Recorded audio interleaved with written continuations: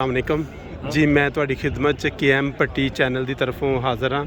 तो चैनल के जोड़े डायरैक्टर ने खालिद महमूद भट्टी साहब वो इस टाइम साढ़े नाल मौजूद ने, तो आसफ साहब भी इस टाइम है ने। आसफ साहब कल बहुत ही ज़बरदस्त एक टूर करके आए ने, जड़ा कि कालसूए इज्तमा ते आया वा। तो असी उन्होंने पूछांगे कि तुसी इस बारे च कुछ सानू दसो, कैसा रहा तुहाडा टूर कल दा। अस्सलाम वालेकुम आसफ साहब। अस्सलाम वालेकुम रहमतुल्लाहि व बरकातहू।